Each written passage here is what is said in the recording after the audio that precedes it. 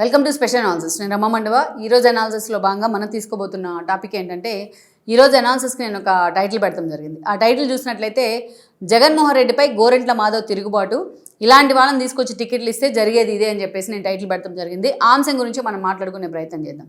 ఈరోజు గోరెంట్ల మాధవ్ ఒక controversial character. ఆయన ఒక హిందూపురం లాంటి ఒక కాన్స్టిట్యున్సీకి ఎంపీగా పనిచేశారు. అంతకంటే ముందుగా ఆయన సీఈగా పనిచేశారు హిందూపురంలో. సో అలాంటి వ్యక్తి ఆ రోజు జేసీ బ్రదర్స్తో డి అంటే డి అన్నారు. ఆ రోజు జేసీ బ్రదర్స్తో వ్యక్తిగత కక్ష పెట్టుకున్నట్టు బిహేవ్ చేసిన సందర్భాల్లో వాళ్ళు అప్పుడు జగన్మోహన్ రెడ్డికి యాంటీ కాబట్టి ఆ స్థాయిలో జగన్మోహన్ రెడ్డి అతన్ని ప్రమోట్ చేయడం జరిగింది. తన పదవికి రాజీనామా చేసి ఆ రోజున వైఎస్ఆర్సీపీలో చేరారు గోరెంట్ల మాధవ్ 2019 ఎన్నికల కంటే ముందు. ఎందుకంటే ఆ రోజు జేసీ ప్రభాకర్ కానీ జేసీ దివాకర్ కానీ వీళ్ళ ఫ్యామిలీ మొత్తం అగైనిస్ట్ జగన్మోహన్ రెడ్డి అన్నట్టుగా ఉండింది. సో ఒకప్పుడు వైఎస్ రాజశేఖర రెడ్డికి అంత క్లోజ్ ఉండి కూడా జగన్మోహన్ రెడ్డి కారణంగా వాళ్ళు ఎన్నో ఇబ్బందులు పడ్డారు. అందుకే వాళ్ళని వ్యతిరేకించే ప్రయత్నం చేయడం జరిగింది. అయితే ఈ పరిణామాల్లో జేసీ బ్రదర్స్ మీదకి వెళ్ళాడు కాబట్టి అతన్ని హీరోని చేసే ప్రయత్నం చేశారు జగన్మోహన్ రెడ్డి. అతని పూర్వాపరాలు ఏంటి, అతని బ్యాక్గ్రౌండ్ ఏంటి, అతని క్యారెక్టర్ ఎలాంటిది అనేది ఎక్కడా కూడా జగన్మోహన్ రెడ్డి తెలుసుకోలేదు. తన ప్రత్యర్థులకు ఎదురు తిరిగాడు కాబట్టి తనకు అతని మిత్రుడు అంతే.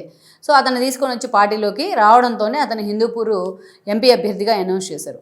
ఆ రోజు ఒక్క ఛాన్స్ వేవ్ ఉంది రాష్ట్ర వ్యాప్తంగా, ఏదైతే 2019 ఎన్నికల్లో.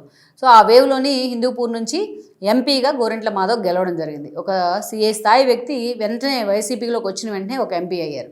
సో ఆటోమేటిక్గా ఆయన ఏమనుకున్నా అంటే తన హీరోయిజం అనుకున్నాడు అనమాట. అదే ఒక లెదర్జీ వచ్చేసింది ఆయనకు అధికారాన్ని చూసుకొని. ఎంత దారుణంగా ఎంపీ అవ్వడం ఒక ఎత్తు అయితే అప్పటి నుంచి ఆయన యాటిట్యూడ్ చూపించడం మరొక ఎత్తు. అయితే ఎప్పుడూ ఏదో ఒక వివాదాల్లో వైఎస్ఆర్సీపీ పరువును బజార్ను పెడతా ఉండేవాళ్ళు ఆయన. ముఖ్యంగా మనం చూస్తే కియా కార్లు ఎక్స్టెన్షన్ ప్లాంట్ విషయంలో డైరెక్ట్గా వాళ్ళ ఎండీనే వేలు పెట్టి చూపిస్తూ ఇప్పటికీ ఆ ఫోటో ఉంటుంది. ఎంత ప్యాథటిక్గా ఉంటుందో తెలుసు ఆ ఫోటో. వాళ్ళు థ్రెటన్ చేస్తూ ఉంటాడు వేలు చూపించి ఒక ఎంపీ స్థాయి వ్యక్తి. ప్రతిసారి ఏదో ఒక ఇష్యూ, ప్రతిసారి మీడియా ముందు ఏదో ఒక ఇష్యూని చేయడం, వైఎస్ఆర్సీపీ రోడ్డు మీద పెట్టే ప్రయత్నం చేయడం, ఇదంతా ఒక ఎత్తు అయితే మహిళలకు సంబంధించి ఆయన ఇంకా వ్యక్తిగత విషయాలు బయటకు వచ్చాయి. కొన్ని న్యూడ్ వీడియోస్ బయటికి రావడం ఆ పార్టీ పరువును కూడా బజార్ను పెట్టింది ఆ రోజున. అసలు ఆ విషయంలో వైఎస్ఆర్సీపీ తను కరెక్ట్ చేసుకోలేకపోయింది. అంత దారుణమైన వీడియోస్ ఆయన బయటికి రావడం జరిగింది. పార్లమెంట్ని రిప్రజెంట్ చేస్తా, అంత అత్యున్నత స్థాయి వ్యవస్థ అది మొత్తం దేశం మీదే, అట్లాంటి వ్యవస్థను రిప్రజెంట్ చేస్తా ఇతను ఆ స్థాయిలో బిహేవ్ చేయడము, ఆ స్థాయిలో అతని వల్గర్ వీడియోస్ బయటికి రావడం అనేది వైఎస్ఆర్సీపీ పరువును కూడా రోడ్డును పెట్టింది. ఇలాంటి వాళ్ళగా జగన్మోహన్ రెడ్డి టికెట్లు ఇచ్చింది అనే చర్చ జరిగింది.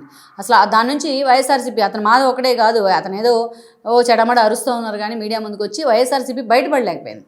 అసలు ఆ ఇష్యూని ఎలా కవర్ చేసుకోవాలి, ఎలా చేసుకోవాలి కూడా వైఎస్ఆర్సీపీకి అర్థం కాల.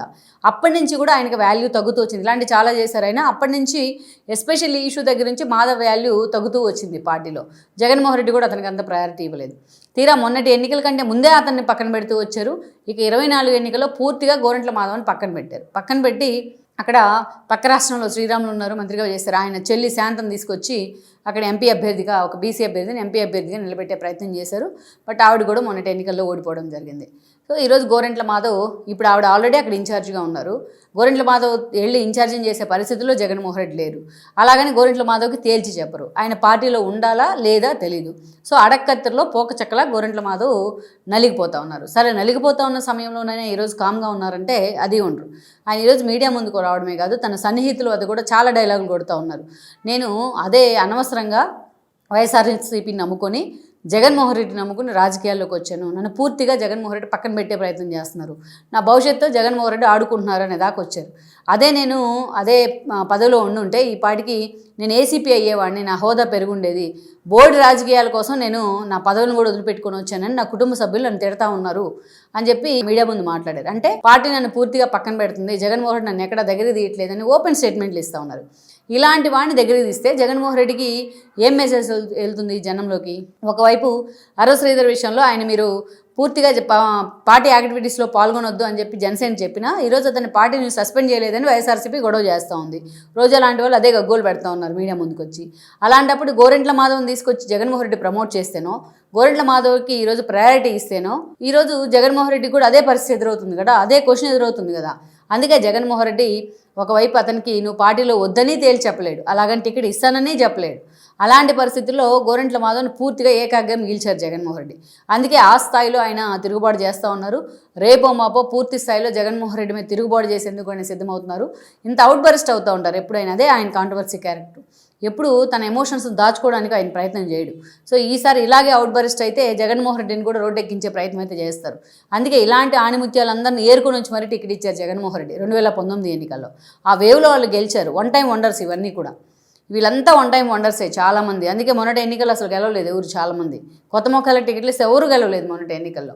అందుకే జగన్మోహన్ రెడ్డి టికెట్లు తీసుకొచ్చే ముందు, టికెట్లకి ఎంపిక చేసే ముందు వాళ్ళ బ్యాక్గ్రౌండ్ ఏంటి, వాళ్ళ వాళ్ళ క్యారెక్టర్ ఎలాంటిది అనేది ఒకసారి దాన్ని అసెస్ చేసుకోవాలి. కనీసం ఒక కమిటీని నియమించుకొని వాళ్ళ క్యారెక్టర్ గురించి అన్నా, వాళ్ళ పూర్వపరాలన్నా అసెస్ చేసే ప్రయత్నం చేయాలి. ఇదే నాగార్జున యాదవ్కు ఆ రోజు నర్సరావుపేట ఎంపీ టికెట్ ఇస్తా అన్నారు. లావు శ్రీకృష్ణదేవరాయలు వెళ్ళిపోయిన తర్వాత మొత్తం గుంటూరు నేతలంతా కలిసి కట్టుకొచ్చి గగ్గోలు పెడితే కానీ ఆయన పక్కన పెట్టలా.